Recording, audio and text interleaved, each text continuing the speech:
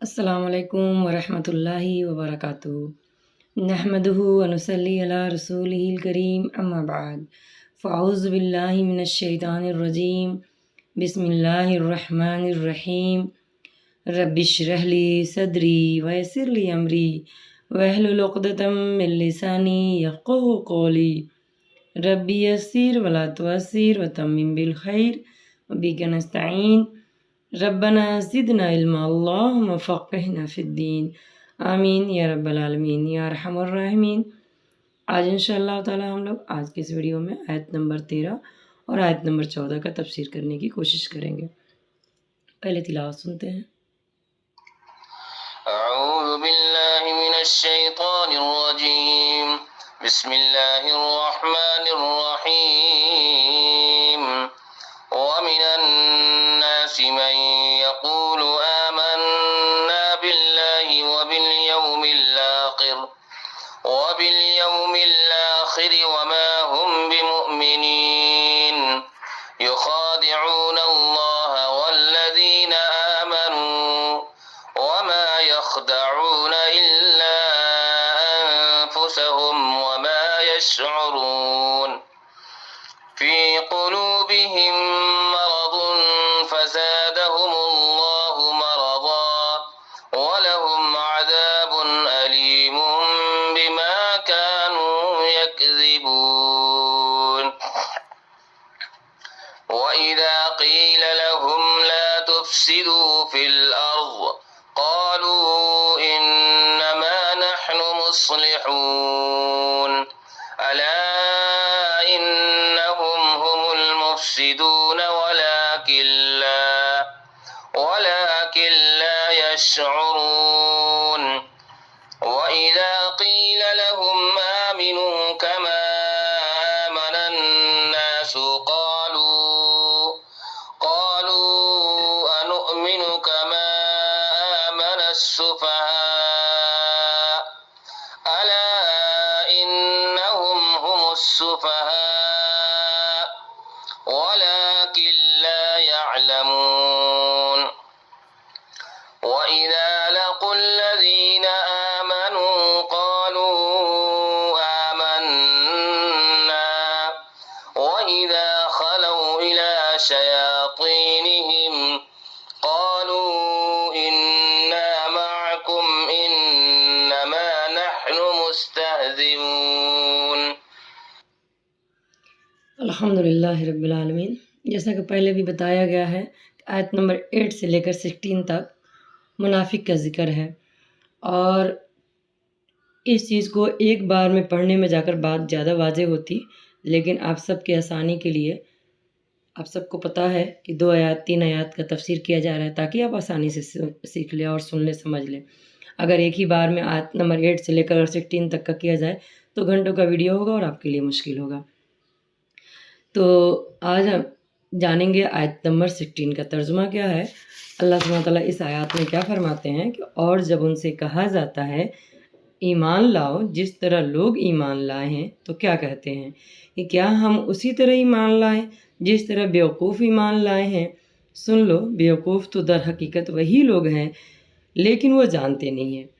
یعنی جب ان سے ایمان لانے کی بات کی جاتی ہے وَإِذَا قِيلَ لَهُمْ آمِنُوا كَمَا آمَنَ النَّاسُ، اور جب ان سے کہا جاتا ہے کہ ایمان لاؤ جس طرح لوگ ایمان لائے ہیں، اس سے مراد کیا ہے؟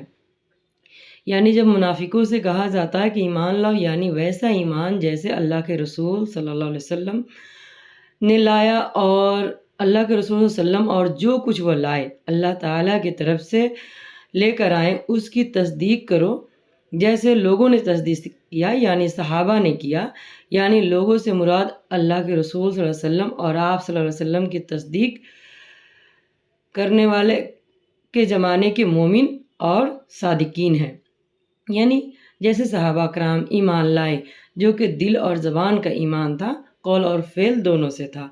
تو منافق جھوٹے گمان میں جیتے ہیں، اسی وجہ سے انہیں کہا گیا ہے کہ ہم ویسے تم جو ایمان لاؤ ویسے جیسے لوگ ایمان لائے ہیں، تو وہ کیا کہتے ہیں کہ ہم ویسے ایمان لائے جیسے بیوقوف ایمان لائے ہیں۔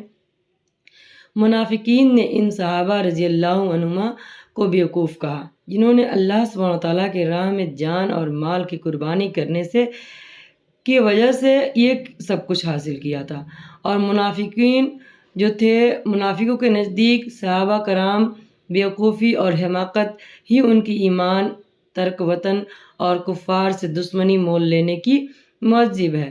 ان کے نزدیک عقل اس کا تضاد ہے اور اس کے برعکس رویے کا تقاضا کرتی ہے۔ انہوں نے صحابہ کرام کی صفات اور حماقت سے منسوب کیا، یعنی اللہ کے رسول صلی اللہ علیہ وسلم نے جس راستہ کو دکھایا، جس شریعت کو بتایا، جس پر صحابہ اکرام ایمان لائے اور انہوں نے قربانیاں دی، اور انہوں نے قربانیوں میں اپنے گھر بار کو چھوڑ دیا، اپنے کاروبار کو چھوڑ دیا، اور تو انہوں نے کیا کہا کہ ہم ویسے ہی مان لائیں جیسے بیوقوف لاتے ہیں، یعنی انہیں تو اپنی گھر بار کی، اپنی کاروبار کی، اپنے فصلوں کی، اپنے پھلوں کی کوئی فکر ہی نہیں، تو ہم ان کے جیسے ہی مان لائیں، تو یہ انہیں بیوقوف سمجھنے لگے۔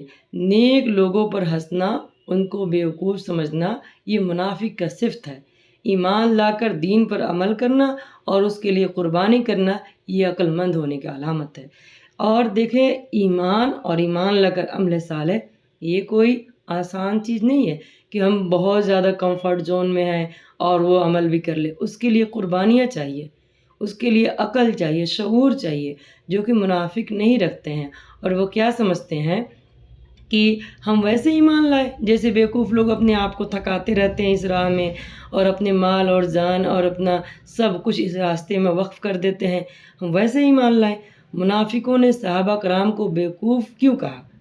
کیونکہ وہ صحابہ کرام کی دنیاوی زندگی ان کی تھی، ان کی قربانی کو دیکھ کر محمد صلی اللہ علیہ وسلم کا اور اسلام کے ساتھ جو انہوں نے اپنا قربانی دیا، اس کے لیے منافقوں نے انہیں بیوقوف سمجھا کہ یہ تو اپنا سب کچھ، اپنا وقت، اپنا صلاحیت، اپنا مال، سب کچھ اس راہ میں لگا دیتے ہیں، یہ تو بیوقوف لوگ ہیں۔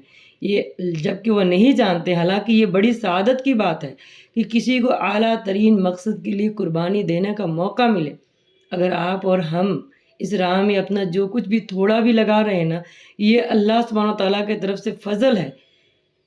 وقت تو سب کے کٹ جاتے ہیں، مال تو سب کے خرچ ہو جاتے ہیں، اللہ نے جو کچھ دیا ہے وہ سب کا سب کچھ جا رہا ہے، لیکن کسی کے اچھے کاموں میں اور کسی کے برے کاموں میں۔ تو اللہ کا شکر ہے کہ اللہ سبحانہ تعالیٰ آپ کو اور ہم کو اگر کسی اچھے کام میں لگایا ہے تو یہ اللہ ہی کا فضل ہے، اور یہ بہت بڑی سعادت کی بات ہے کہ اللہ سبحانہ تعالیٰ کسی کو اعلیٰ ترین مقصد کے لیے قربانی دینے کا موقع دیتا ہے، اپنے وقت کو لگانے کا توفیق دیتا ہے، اور سچا مومن اپنے آپ کو ہمتن اللہ سبحانہ تعالیٰ کے حوالے کر دیتا ہے۔ یہ نہیں کہ جب اسے مرضی میں آیا تو اللہ کے کلام کو سن لیا اور سیکھ لیا، اور جب مرضی میں نہیں آیا وہ چھوڑ دیا، وہ ایسا نہیں کرتا ہے۔ سچا مومن اپنے آپ کو اللہ سبحانہ تعالیٰ کے حوالے کر دیتا ہے۔ جو لوگ فائدے اور مسئلوں کی اہمیت دیتے ہیں، ایسے لوگوں کی وفاداریاں دنیا کے فائدوں کے ساتھ ہوتی ہے، اور دین سے بھی ایک ظاہری تعلق قائم کر لیتے ہیں۔ وہ اسی کو اپنی عقل مندی سمجھتے ہیں، اور اہل ایمان کو اس لیے بیوقوف کہتے ہیں کہ وہ خواہ مخواہ سچائی کے خاطر خود کو برباد کر رہے ہیں۔ انہیں لگتا ہے یہ حق کے خاطر، یہ قرآن کے خاطر، احادیث کے خاطر، دین کی سربلندی کی خاطر اپنے آپ کو جو تھکا رہے ہیں، یہ بیوقوف لوگوں کا کام ہے۔ تو وہ کیا کہتے ہیں؟ ہم ویسے ہی مان لائے جیسے بیوقوف ایمان لائے ہیں۔ آگے اللہ سبحانہ وتعالیٰ کیا فرماتے ہیں؟ الا انہم ہم السفہاء ولکن لا یعلمون، سن لو، بیوقوف تو در حقیقت وہی لوگ ہیں لیکن وہ جانتے نہیں اس بات کی۔ اللہ سبحانہ تعالیٰ منافقوں کے بارے میں واضح کیا کہ وہ خود بیوقوف اور احمق ہے۔ احمق ایسے بے عقل کو کہتے ہیں جو اپنے جو مسئلہ ہے اس کا ہے، جو مسئلہ ہے اس سے بے خبر ہو، اسے خبر ہی نہیں کہ ہمیں کیا کرنا ہے اور کیا نہیں کرنا ہے۔ ایسے کاموں میں وہ مصروف رہے جو اس کے لیے نقصان دہ ہو، یعنی اسے اپنے وقت، جو کچھ اللہ نے اسے نعمت دیا ہے، اس نعمتوں کا صحیح استعمال اسے نہیں پتہ، وہ اسے بے خبر ہے، تو یہ احمق ہوتے ہیں، اور یہ دوسروں کو احمق کہتے ہیں۔ عقل کا تقاضا یہ ہے کہ انسان اپنے مسئلے کو لے کر فکر مند ہو جائے، نفع کا حصول کی کوشش کرے، اور ضرر سے بچے۔ یہ صرف صحابہ کرام پر صادق آتی ہے، اور انہوں نے کیا کہا؟ وہ نہیں جانتے کہ وہ خود احمق ہیں۔ اللہ سبحانہ وتعالیٰ کیا فرماتے ہیں کہ وہ انہیں پتہ ہی نہیں کہ احمق کے کام تو وہ کرتے ہیں اپنے وقت، اپنی صلاحیت، اپنی مال، اپنی جان کو غلط استعمال کر کے، جہاں کرنا چاہیے وہاں نہیں کرتے ہیں، اور دوسروں کو بیوقوف کہتے ہیں۔ کیوں کہتے ہیں؟ کیونکہ صحابہ جو تھے وہ اپنا سب کچھ اللہ کے راہ میں کھپاتے تھے۔ صحابہ کرام کے ایمان کو اللہ سبحانہ وتعالیٰ نے کس قدر ان کی فضیلت بیان کی ہے کہ اللہ سبحانہ وتعالیٰ صحابہ کرام رضی اللہ عنہما کے ایمان کو معیار قرار دیا ہے۔ سورۃ البقرہ آیت نمبر 137 میں اللہ سبحانہ وتعالیٰ نے فرمایا، پھر اگر وہ اس جیسی چیز پر ایمان لائے جس پر تم ایمان لائے ہو تو یقیناً وہ ہدایت پائیں گے، اگر وہ پھر جائیں تو یقیناً اب وہ مخالفت میں ہیں، چنانچہ ان قریب ان سے اللہ سبحانہ وتعالیٰ آپ کو کافی ہو جائے گا، اور وہ سب کچھ سننے والا اور سب کچھ جاننے والا ہے۔ الحمدللہ رب العالمین۔ یہاں پر ہم لوگ جو اب تک منافق کی صفات دیکھیں، آیت نمبر 8 سے دیکھیں کہ جو ایمان لانے کا جھوٹا دعویٰ کرتے ہیں۔ آیت نمبر 8 میں دیکھے تھے ہم نے کہ وہ ایمان لانے کا ایمان نہیں لاتے ہیں اور دعویٰ کرتے ہیں کہ ہم ایمان لائے ہیں۔ آیت نمبر 9 میں ہم نے دیکھا وہ دھوکہ دیتے ہیں۔ 10 میں ہم نے دیکھا کہ ان کے دلوں میں بیماری یعنی شک اور ریاکاری نفاق ہے اور دنیا کی محبت ہوتی ہے، ٹھیک ہے، اور وہ جھوٹ بولتے ہیں۔ آیت نمبر 10 میں ہم نے کیا دیکھا تھا کہ وہ جھوٹ بھی بولتے ہیں اور ان کے دل میں شک اور بیماری ہے اور منافقت ہے۔ آیت نمبر 11 میں ہم نے دیکھا تھا کہ ہم نے دیکھا کہ ان میں کہا جا رہا ہے کہ وہ فساد نہ پھیلاؤ، تو کیا کہتے ہیں کہ ہم اصلاح کرنے والے ہیں، ہم تو فساد کرتے ہی نہیں ہیں۔ اور آیت نمبر 12 میں ہم نے دیکھا فساد کرنے والے تو در حقیقت وہی لوگ ہیں لیکن وہ شعور نہیں رکھتے۔ اور آیت نمبر 13 میں ابھی ہم نے کیا دیکھا کہ جب ان کو ایمان لانے کو کہا جاتا ہے تو کہتے ہیں کہ ہم ویسے ایمان لائے جیسے بیوقوف ایمان لائے ہیں۔ آگے ہم دیکھیں گے آیت نمبر 14 میں کہ اور جب ان لوگوں سے ملتے ہیں جو ایمان لائیں تو کہتے ہیں کہ ہم ایمان لائے ہیں، یعنی ان کا ایک اور یہاں پر صفات دیکھنے کو نظر آ رہا ہے کہ اب یہ ایمان والوں سے ملتے ہیں تو کیا کہتے ہیں کہ ہم ایمان لائے ہیں، اور جب وہ اپنے سرداروں کی طرف اکیلے ہوتے ہیں تو کہتے ہیں کہ یقیناً ہم تمہارے ساتھ ہیں، ہم تو محض مذاق اڑا رہے تھے، مذاق اڑانے والے ہیں۔ یعنی جب وہ ایمان والوں کے مجلس میں آتے ہیں، ایمان والوں کے ساتھ آتے ہیں تو کیا کہتے ہیں کہ ہم ایمان لائے ہیں، لیکن جب وہ اپنے سرداروں کے پاس جاتے ہیں، یہاں پر ان کے سرداروں کا تشبیہ شیاطین سے دیا گیا ہے، وَإِذَا خَلَوْا إِلَىٰ شَيَاطِينِهِمْ، اور جب وہ اپنے سرداروں کی طرف ملتے ہیں، کو اکیلے میں ہوتے ہیں تو وہ کہتے ہیں یقیناً ہم تمہارے ساتھ ہیں، ہم تو محض مذاق اڑانے والے ہیں۔ یہاں دو رخے انسان کی مذمت کی گئی ہے۔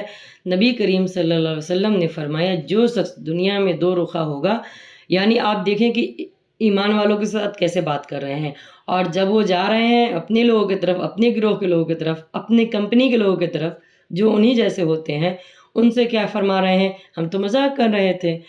تو نبی کریم صلی اللہ علیہ وسلم نے فرمایا جو شخص دنیا میں دو رخا ہوگا، قیامت کے دن اس کے منہ میں دو زبانیں ہوں گی، یعنی دین کے مجلس میں آتا ہے تو کچھ اور ہی شکل بنا لیتا ہے، شادی پارٹی میں جاتا ہے تو کچھ اور ہی شکل بنا لیتا ہے، اور کہیں جس طرح کے لوگ ہوتے ہیں، جس طرح کی کمپنی ہوتا ہے، اس طرح کا وہ اپنا تبدیلی کر دیتا ہے، یعنی وہ ایک جیسا نہیں رہتا ہے۔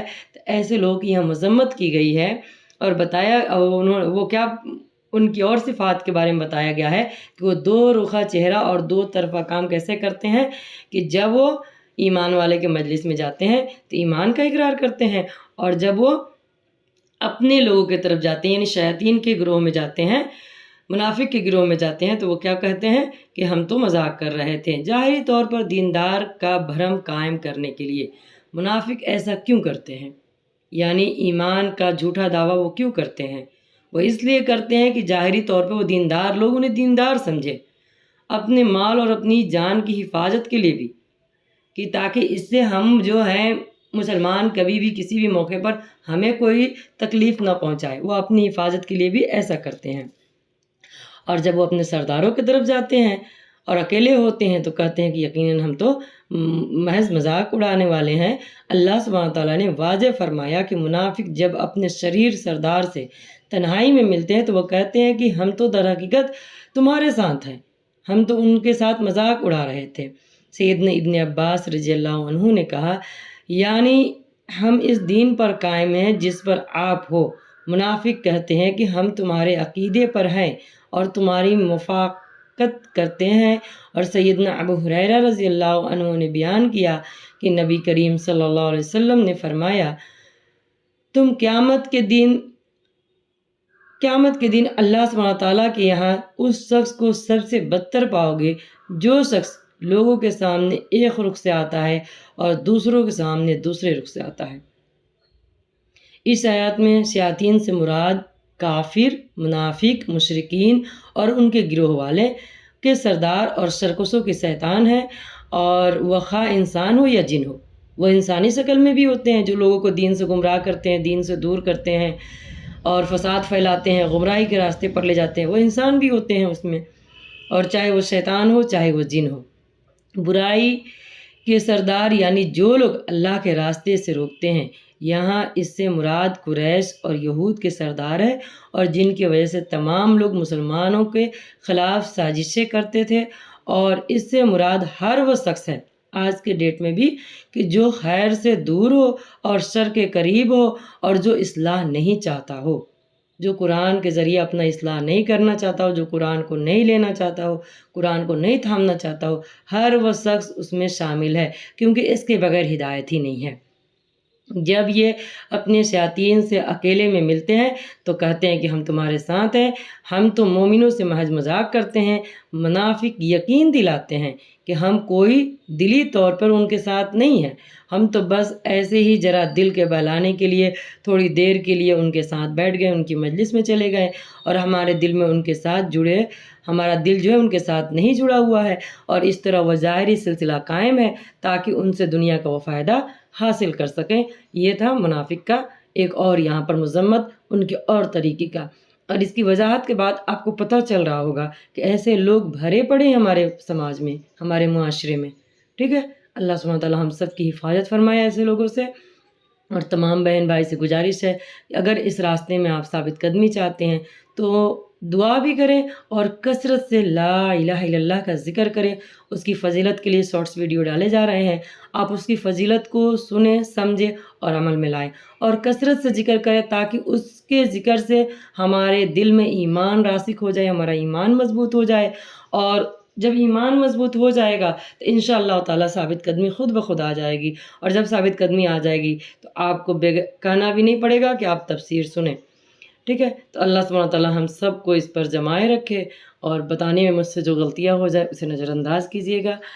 اللہ سبحانہ تعالیٰ آپ کے لیے میرے لیے آسانیاں کرے، ہمیں قرآن کے مطابق زندگی گزارنے والوں میں سے بنا دے، آمین یا رب العالمین۔ سبحان اللہ و بحمدہ، سبحانک اللہم و بحمدک، اشہد ان لا الہ الا انت، استغفرک و اتوب الیک۔ سبحان ربک رب العزۃ عما یصفون، وسلام علی المرسلین، والحمد للہ رب العالمین۔